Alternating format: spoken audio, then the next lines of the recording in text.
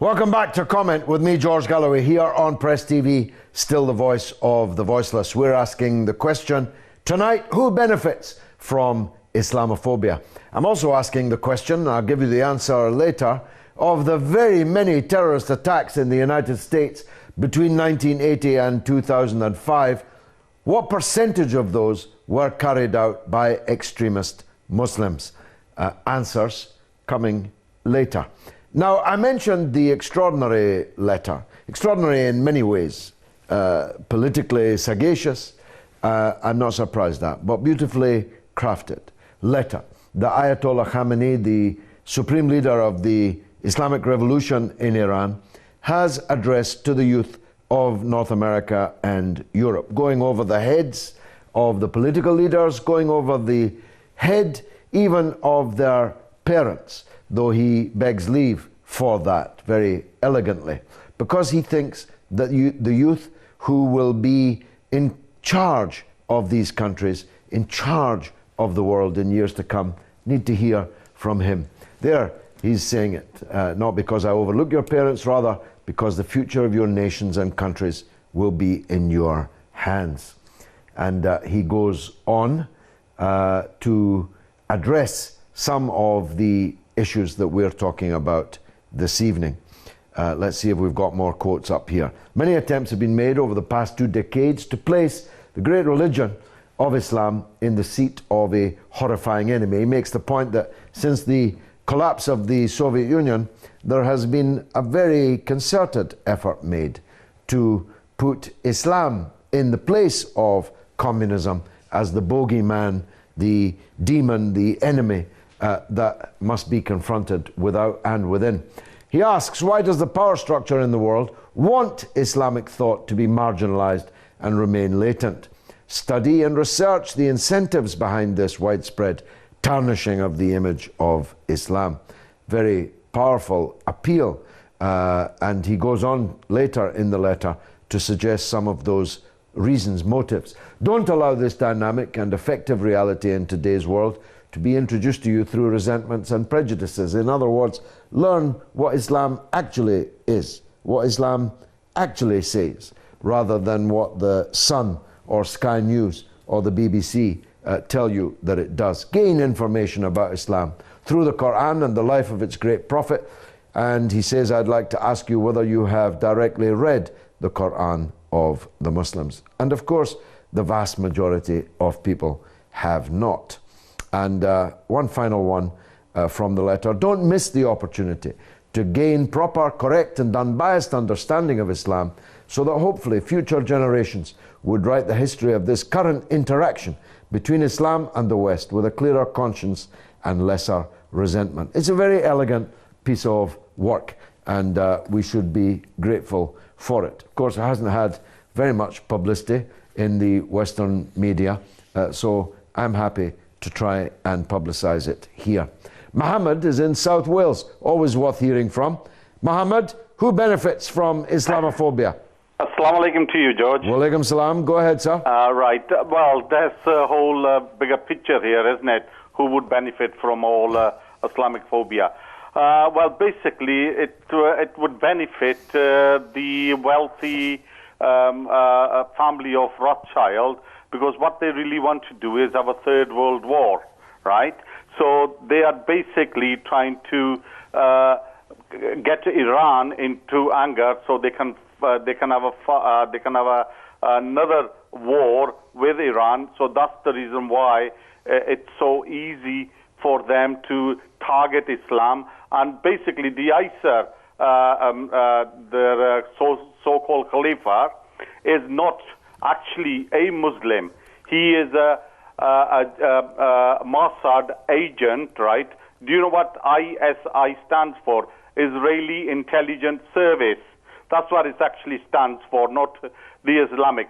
And he is working for the Israeli government. There is no such thing as a Khalifa. He cannot appoint himself as a Khalifa in the Muslim Ummah, right? Okay? And the people who are helping him, it's sad to say, that is the Saudi government, right? A Kuwaiti government and United Arab Emirates government, right? They are the one who is backing these kind of a terrorists. Do you know they released 20,000 Saudi government prisoned from their jails to go and fight with these Muslim people, to go and kill these innocent Syrians, Iraqi people. And yet the West is saying, oh, it's Islam terror. It's not Islamic. It's nothing to do with these people, are nothing to do with Islam. Islam is a loving, peaceful, kind religion, being humble to other human beings. The Prophet said, if they are not your brothers or sisters in Islamic faith, they are your brothers and sisters in humanity. So how I could, if I'm a Muslim, how could I go and kill a Christian person when he is my brother or my sister? This is absolutely terrible what they're trying to pervade about Muslim Ummah, George. It's sad. Like the curate's egg, Mohammed, that contribution was good in parts. First of all, the Rothschild family, I really don't understand this infatuation with a family utterly marginal in both financial and political affairs. And I really hate it when I think that it's a synonym for Jews. Stop looking under the bushes for Jews. Secondly, the so-called caliph is not a Mossad agent.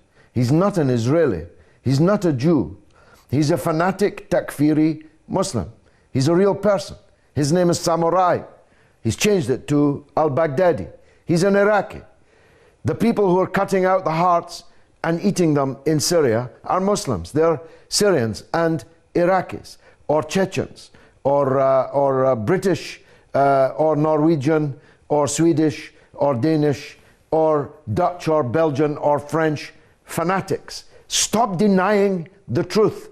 Stop denying the truth, because if you deny it, you will never get to the heart of the matter. We have to win back Islam from this narrow, fanatic, extremist, Takfiri, Wahhabi, Saudi-sponsored madness. And you won't do it if every time they commit a crime, you're looking for blue eyes. Or every time they commit a crime, you're looking to blame the Rothschilds. Or every time they commit a crime, you're looking to say it's actually Mossad. I'm sorry, I'm getting angry with this kind of stuff. Let's go to the video wall and take some Twitter feed, which comes in. By the way, the debate continues on Twitter after the show. Here's 3. Sykesy says, Israel, America, and the UK. Well, that's 3 of those who definitely do benefit from Islamophobia. 3 of the culprits that I referred to in my opening remark. Uncle Sam, who benefits? No one. Maybe gun sellers or imperial colonialists. Islamophobia is food for their greedy policies. Very good. Shah 1028 says America needs a war. Muslims don't. The economy is crashing. Keep calm and carry on. Well, the Twitter feed is going bananas. Let's hear from Zona. Is it Zona? In Leeds. Yes, yeah, go ahead. Go ahead. In Paris, we had a mad gunman on the rampage going at Charlie Hebdo, a satirical magazine. Now, what did Charlie Hebdo do so wrong? They depicted a person called Muhammad, who 75% of the world don't even believe he was a prophet at all. So what's so wrong in drawing a cartoon about him? Do people deserve to die because of that? Yesterday, we had a filthy rodent in Tel Aviv who hadn't stabbed enough people on the bus. After he'd got off the bus, he went and stabbed an innocent woman in the back. Listen, Mr. Galloway, just wake up and smell the coffee. In the end of the day, there's no such thing as Islamophobia. It doesn't exist.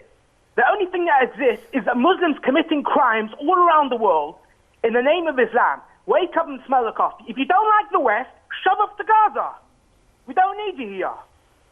Well, Zona, in a call designed to say there's no such thing as Islamophobia, did rather a good job of demonstrating just exactly what Islamophobia looks and sounds like. First of all, it's not true that 75% of the world don't regard the Prophet Muhammad as a prophet.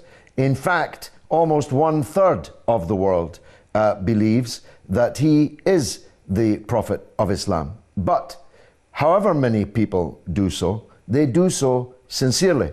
There are far more people believe that Muhammad is a prophet than are adherents to any other religion in the world. And yet we are asked, and we should, show respect to other religions in the world. There are more Muslims in the world than there are adherents of any other religion. So Islam is the biggest, the main religion in the entire world.